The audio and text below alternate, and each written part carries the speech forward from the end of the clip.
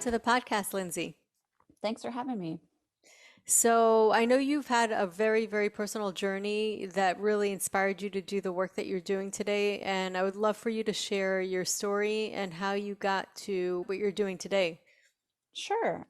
So Pregnancy After Loss Support, which is a national nonprofit, came to be because in 2012, I was pregnant with my first daughter, Nora, and I had the perfect full term pregnancy that ended at 40 weeks and 4 days in her stillbirth, So sadly. sorry. Thank you.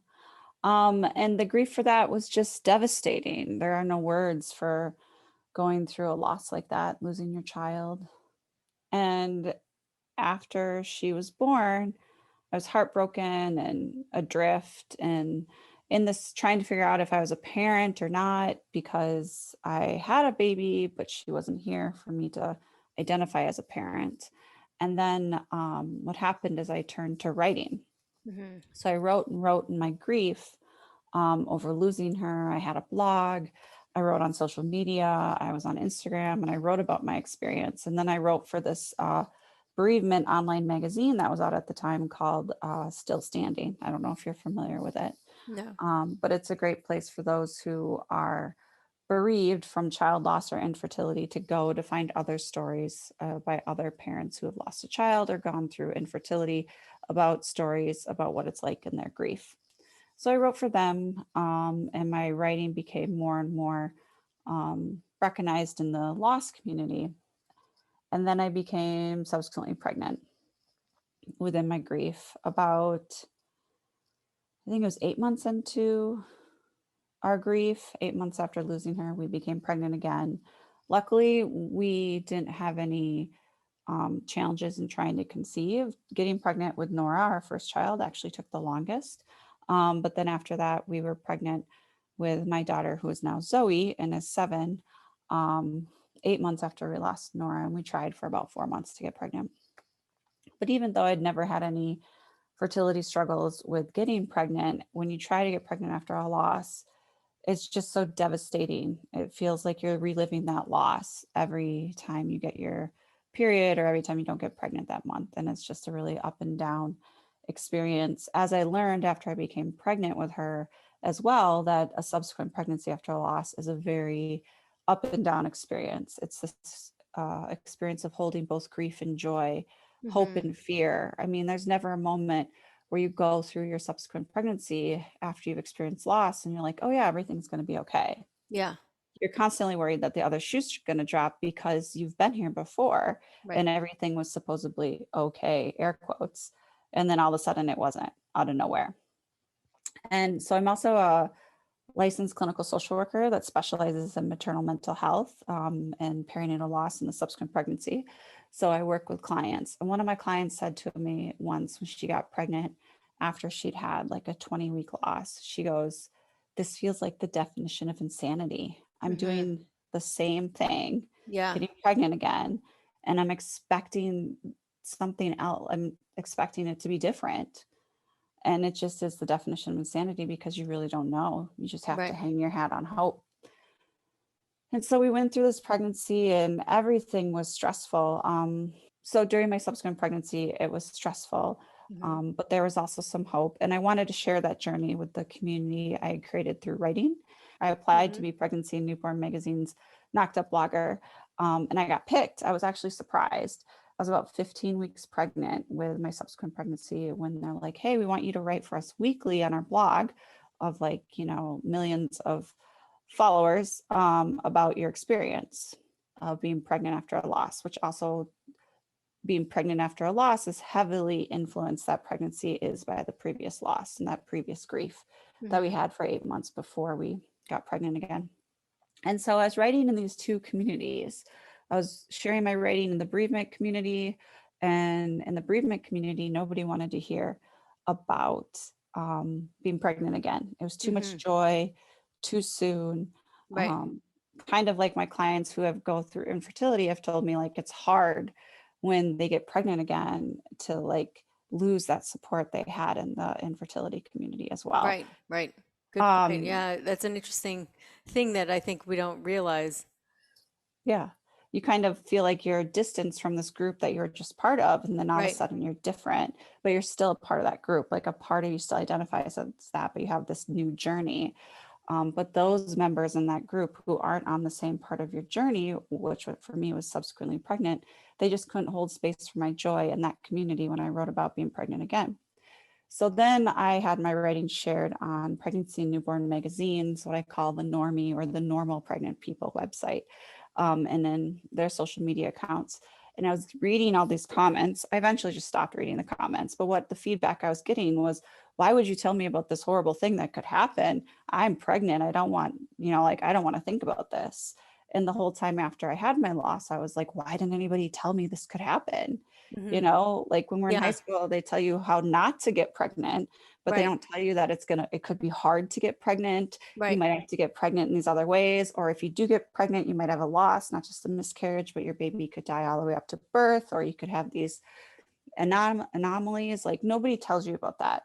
So Hmm. when you're still what I call a normie in those more like mainstream pregnancy communities, the loss and what I had gone through of my daughter's stillbirth wasn't accepted either. Hmm. So I was kind of running this over in my mind, and then holding hope and fear, grief and joy, anxiety, going to many doctor's appointments. My subsequent pregnancy with Zoe was actually picture perfect, except for it wasn't, because it was tainted by the pregnancy and the stillbirth of her sister. Hmm. So then Zoe arrives safely. We have a planned C-section. The C-section was not because I had a stillbirth, it was for other reasons. Um, and then I bring her home, and it's the most joyous and most overwhelming experience besides losing her sister that I've ever had. But I felt so much pride in myself that I was able to do it. It's on top of the world, but also super scared that something would happen to her postpartum. But Yeah. one day after I felt like I was really getting my groove postpartum, even though I was still anxious, Zoe was here and alive and safe and in my arms. I had this idea in the shower, like I kept getting this negative feedback, on the bereavement websites, and then getting this negative feedback that I didn't fit on the mainstream websites. And so mainstream pregnancy websites. And I'm like, what if we created a place Hmm. for those people who are going through trying to conceive after loss, being pregnant after loss, or parenting their newborn after a loss, Right. just for them, kind of like the baby center for pregnancy after loss, or for the bereavement community from pregnancy loss. And I shared it on my social media channels, and it took off. People really wanted something like this because it was missing. And I think that was around the time where a lot of these online communities were blossoming, so that we also just had a stroke of luck, like something was missing and we Yeah. provided it. And Yeah. so pregnancy after loss support came to be. And at first it was just supposed to be this like online magazine. And actually we turned the knocked up blogger into bump day blogger, and we follow other people's journeys, like mine was on Pregnancy and Newborn magazine. But now we focus on people who are just subsequently pregnant with different versions of loss and then going on to be pregnant again. And we hope that somebody can find their version through those people's stories in the website. And then just other magazine articles that would be appealing to the person pregnant after loss. But then what happened is people are like, there's no online groups. Can you help us create groups? Now I'm a therapist. And I was like, I don't Hmm. want to run groups in my free time. But this bereavement doula and a couple of her other bereavement doula friends were like, we'll help admin it. So Hmm. then we created 14 online groups, and then we trained volunteers, and then people were asking us to speak at educational like health conferences for healthcare professionals. And then so we've done speaking engagements about what the pregnant woman or the pregnant person and parents want for emotional support during the subsequent pregnancy. And then we created this large community that was really embracing of pregnancy after loss support in the magazine and the online communities and the peer-to-peer support we offered. And over the years, they're like, let's do a community event. So we created the National Waddle Walk, which is for those pregnant after a loss to walk 3 miles or waddle, the Hmm. pregnancy reference, in honor of both of their children, the ones that are living and the ones that have died and the ones that have come after. Um, and where they can celebrate their whole family and all of their children in that experience of remembrance. So we've had that, and then that yearly walk or annual walk, which I think will be in our fourth year this year, kind of led to the community asking again for an app. And then they said, we want an app. We want an app that's just for us with the week by week experience that doesn't sugarcoat everything in rainbows and roses, but talks really about the grief that happens and the anxiety that happens and the fear that exists, and also the hope and the joy that is there for a subsequent pregnancy. So that is our most recent product or part of our services that we're offering out into the world.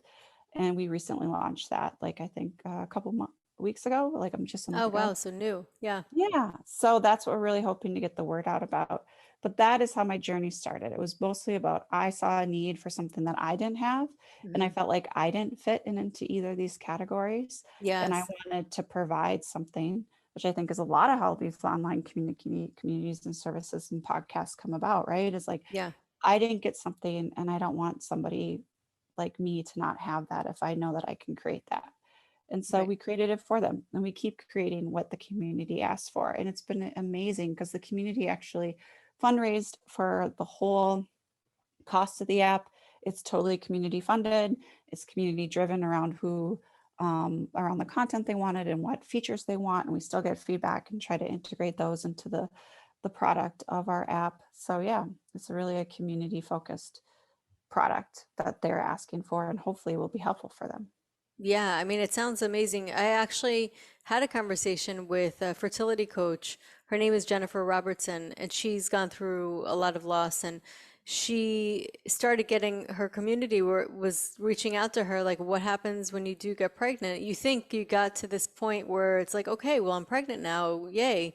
But they're having anxiety and fears that the same thing's going to happen again as the first pregnancy, just as you had talked about. And it's this underlying thing that a lot of people don't really realize is happening, and people are experiencing this alone with themselves, and they don't have anybody to speak to. And it's crazy how when you don't belong to the group, it's like you have to kind of suffer it alone.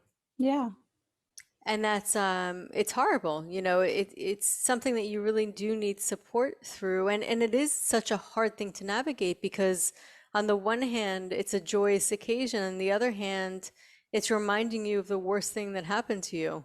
It's an excellent way of putting it. Correct. Yeah. And then anxiety doesn't go away. Like no matter when you have a loss or even when you've gone through the grief and the trauma of infertility, like you are carrying this wound or this heartache with you that you're constantly worried is going to happen again, that you're going Yeah, to lose the thing most precious to you, that you've worked in some cases have worked so hard and have maybe like put so many resources and time behind that you want yeah, this child even before the child is even a thought, right?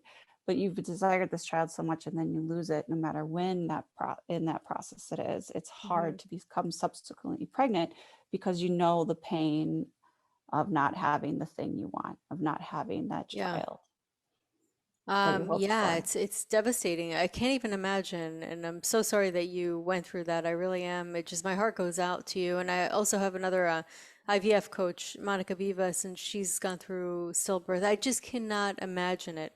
It's just it's unimaginable. And Hmm. it really my heart goes out to you guys, really. And it is again, it is something that people suffer in silence. Even pregnancy loss by itself is such a silence. Hmm. It's such a personal thing because you don't have the ceremony, the proper support. It's something that most people don't really see you going through. They don't really understand.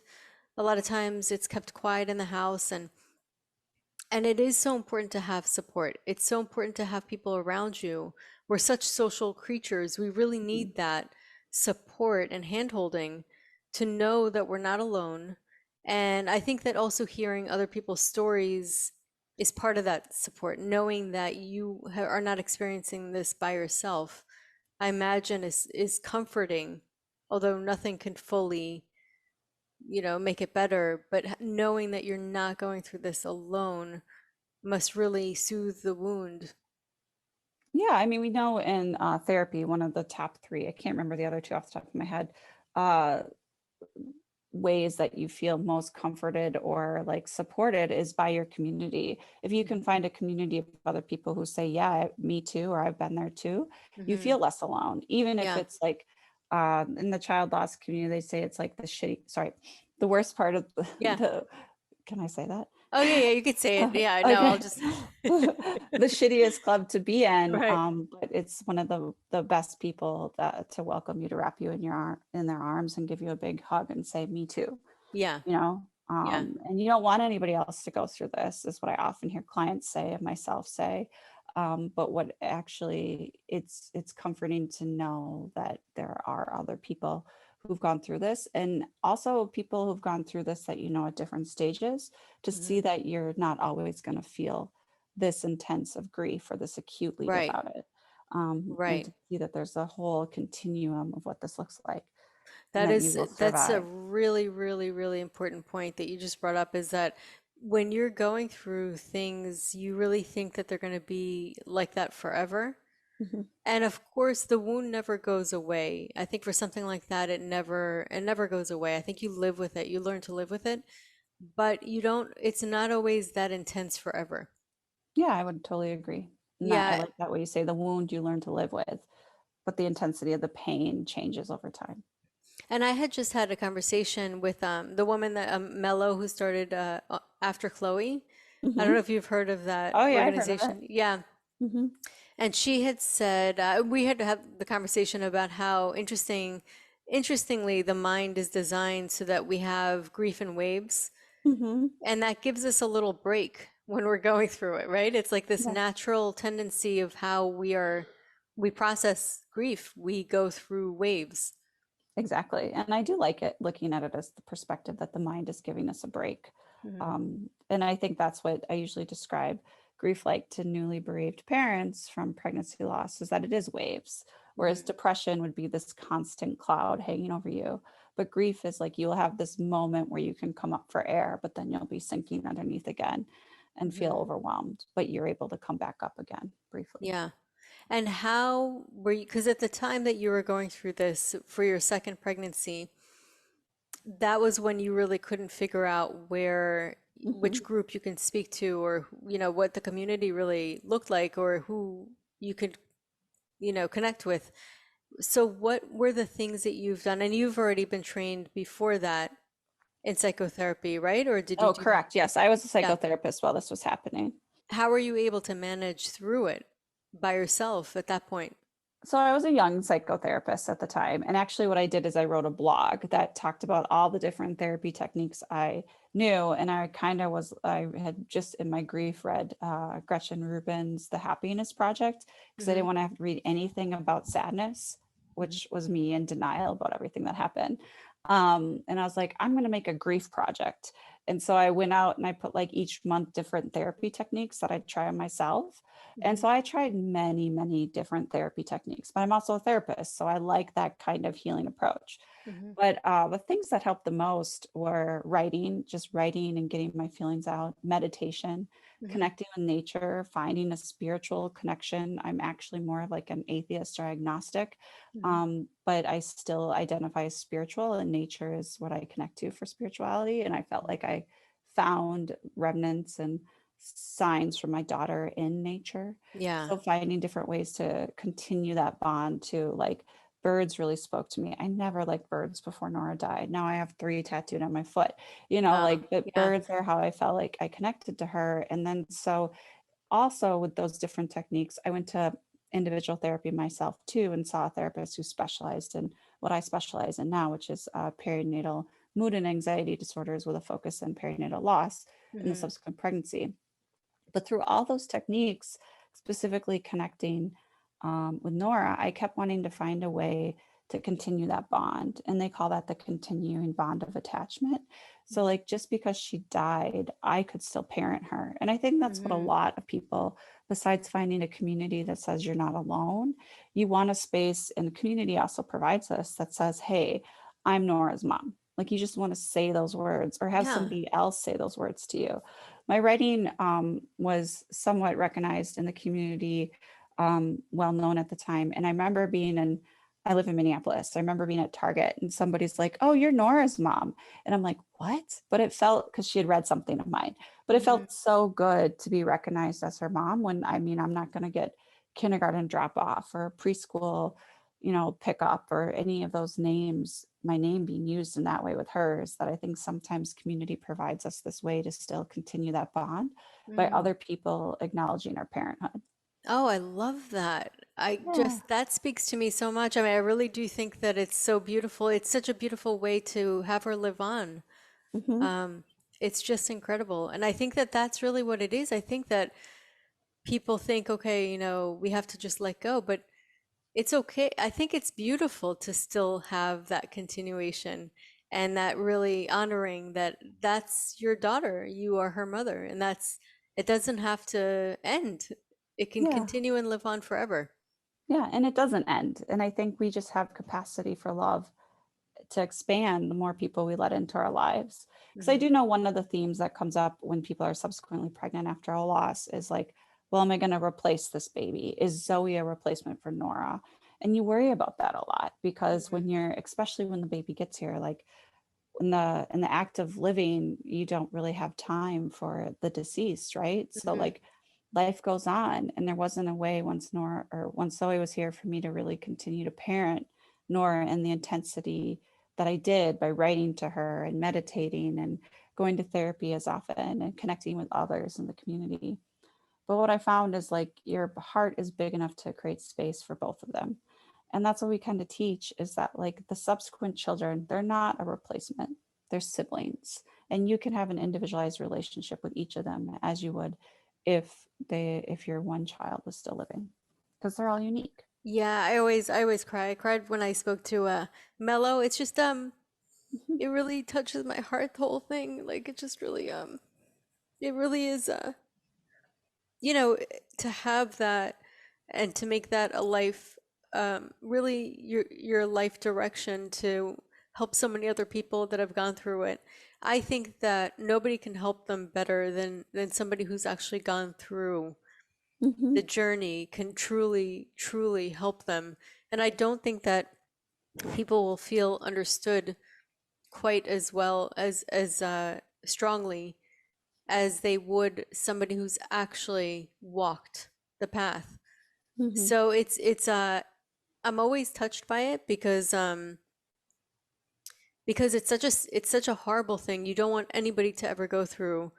But at Yeah. the same time, there's something so special and sacred about taking something that is such a hardship and really turning it into such a great support for so many other people, Mhm. to hear that story. And it also, to me, it's just it's such a great example of why it's so important for people to share their stories, as hard as it Mhm. is, and as much as you want to kind of keep it within. And everybody has to make that decision. There's no pressure, obviously. You have to feel right with it. But when people do actually share that story, as hard as it is, it really does benefit so many other people, and it connects with so many other people, and it really gives them strength. And I don't think that even when we do that, I don't think we realize just how much of an impact sharing our stories really have. No, I think you're so right. I think mostly what I do as the professional now, as a therapist who holds space is for other people's grief around losing their children, is just be a witness. I'm just there as a witness and also a guidepost that says, look at me. I'm here and I can show up for you. And someday you can be here again in this way. Yeah. And you don't even have to show up for others, but you will feel whole again. Yeah. Right. And right now it makes sense that you don't and you won't. And that's okay. And I can just be with you while you feel your feelings and while Yeah. you're there. It's amazing. And then so talk to, I'm sure there's so many people, because I know I've had people reach out to me that have had pregnancy loss, maybe not stillbirth, but pregnancy Sure. loss. And then also I have my patients, I have so many of my patients that have gone through pregnancy Mhm. loss, sometimes repeated, sometimes once. And I see the anxiety that happens when they get pregnant again.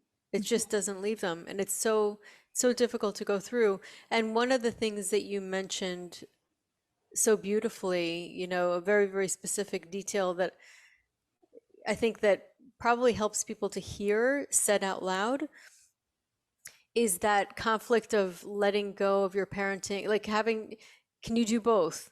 Of course you could do both, but you feel like you're almost letting go of one parenting and then replacing another. And it's kind of like something that people think about quietly and don't Mhm. really, I would imagine, not often verbalize. What are some of the things that, I guess, the biggest challenges, ways to cope with through writing? What were the things that you were able to verbalize that helped by verbalizing, if that makes any sense? Sure. So I think the grief is different than the subsequent pregnancy. And I think there's a couple of things here. I think when you lose a baby that died, when you lose your baby, you lose two things. You lose, for me, I didn't have any living children, so I also lost my identity as a parent. But Hmm. everybody loses their identity to a parent to that baby in the way they had envisioned. Right. And then so you lose those things and you lose the person that baby would have been. And so when you go on to become subsequently pregnant, if it's you have other living children, or if it's for me, you don't, you're wanting to parent in the way you envisioned to a living child. And that's what you're seeking. Or you're wanting to complete your family with three living children instead of just two, which is what you thought you would have. It doesn't take away your connection to that child that died. And in reality, your family never really feels full. You feel like there's always a chair empty at the table. Yeah. And you learn along the way of how to hold both, that dialectic, right? Like, I can be a parent to my child that died and to my subsequent baby and to all my living children. And it's really like, how do you don't necessarily have to let go of the dream of parenting the baby that died in life and on earth, right? But you find a way to still connect and parent in their absence. Hmm. And then you still parent your other children as well.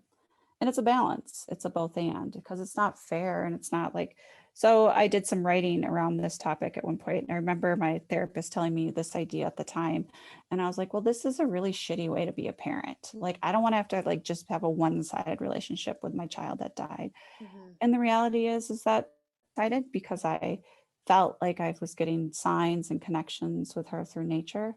But Hmm. even that one-sided love I sent out to her, or out to like the universe or whatever you want to call it, felt like it was still me connecting to her.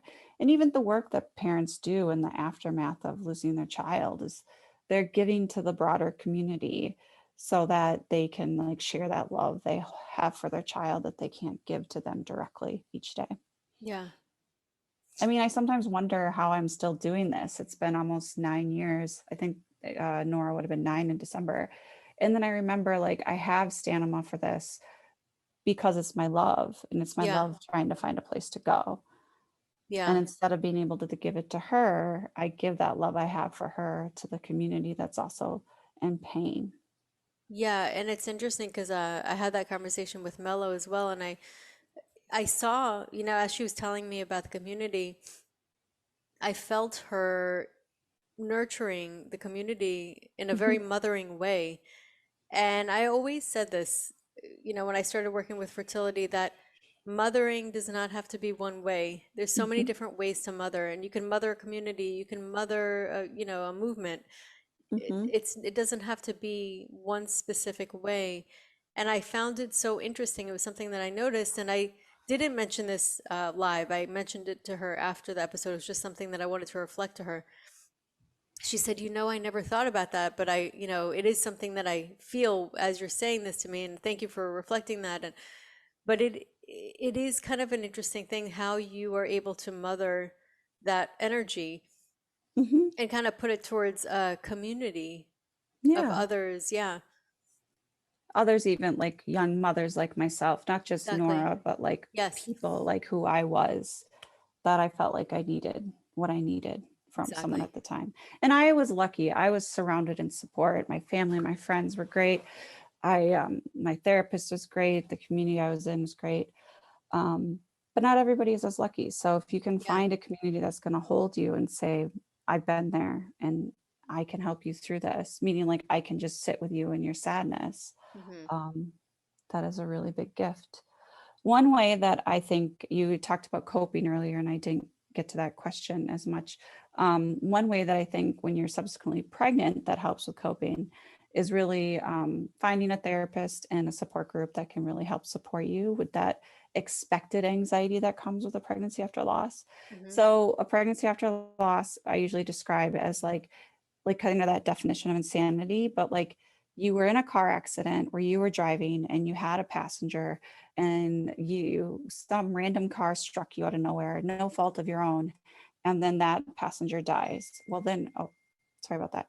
It's So okay. then you get back into a car and you have the same situation and you're expecting a different result, like we said, that definition of insanity, but you can't ever leave that car. You can't ever leave the scene of that accident because it's your body where you're carrying this person and you're Hmm. bringing them into the world and trying to keep them safe from this, boogeyman that happened last time that you have no control of this time. So really to help with that, so what I'm trying to say is that that experience, it's going to be anxiety provoking. That's Hmm. trauma, right? That's the trauma of the loss. It's not Right. necessarily the grief, but that it happened so suddenly, that it happened to you. There was no sense of control and you lost someone you loved, your baby. So going through a subsequent pregnancy, you're going to have this heightened level of anxiety.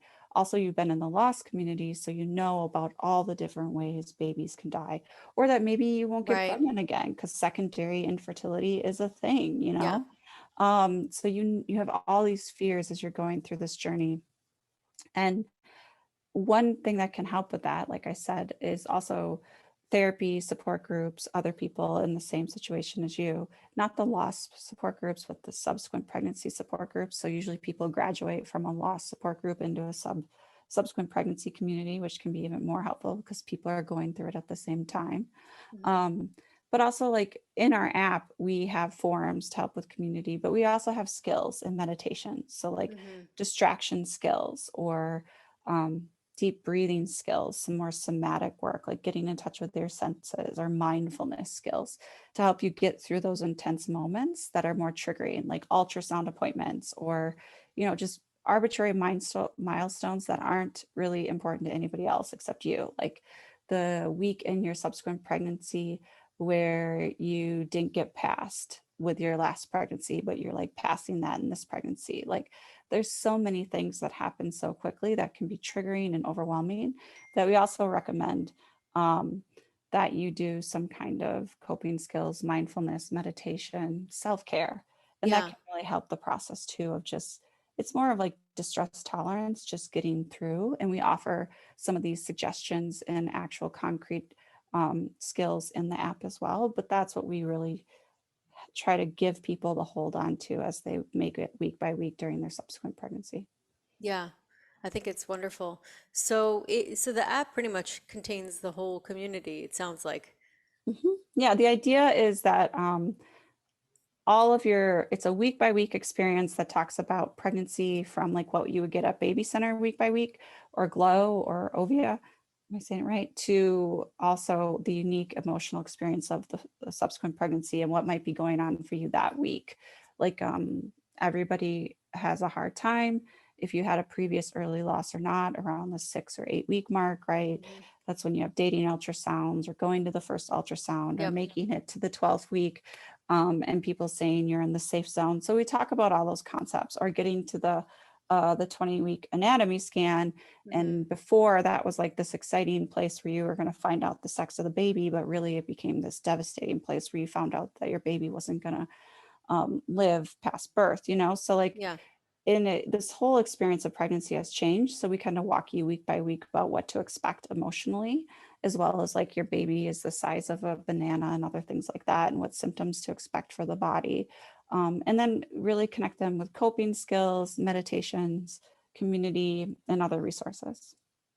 Yeah, that's wonderful. I actually, unfortunately, one of my patients just found out she Mm. had, she's gonna miscarry, Oh, and I'm so she sorry. had gone through it again before. So my heart goes out to her, and I'm thinking of possibly giving her links to other more, Mhm, grieving forums or communities, just to give her somebody, a community to speak to.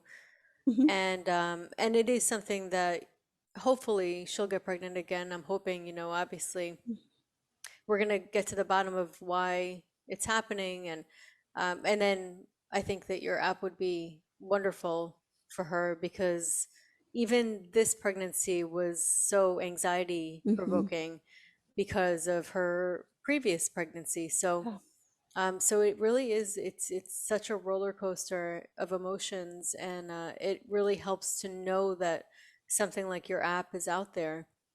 yeah, thanks So so much. yeah, so I'll put all the links. I'll put your website in, and I think you sent me the link to the app. Is it on there?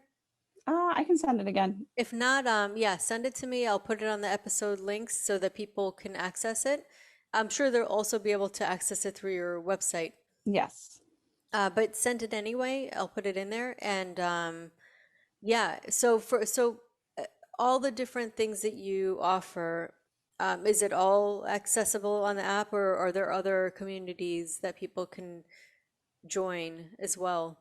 Sure. So, as a nonprofit that's been around for like 7 years, we're kind of expansive. We're trying to get most of your like interactive pieces of subsequent pregnancy through the app. But if you Mhm. go to our website, you can also follow, like, we have people's stories for different bump day bloggers featured as articles you can link back to in the app to our website. But you can follow bump day bloggers if you go back to our actual website on their different weekly journeys based on their type of loss and their subsequent pregnancy. We've had like people who've become parents after loss through surrogacy and through adoption and have had different experiences in that way. People who've been pregnant after a loss, after losing a baby to SIDS, and then what pregnancy is like for them, early reoccurrent pregnancy loss and infertility, and then being subsequently pregnant.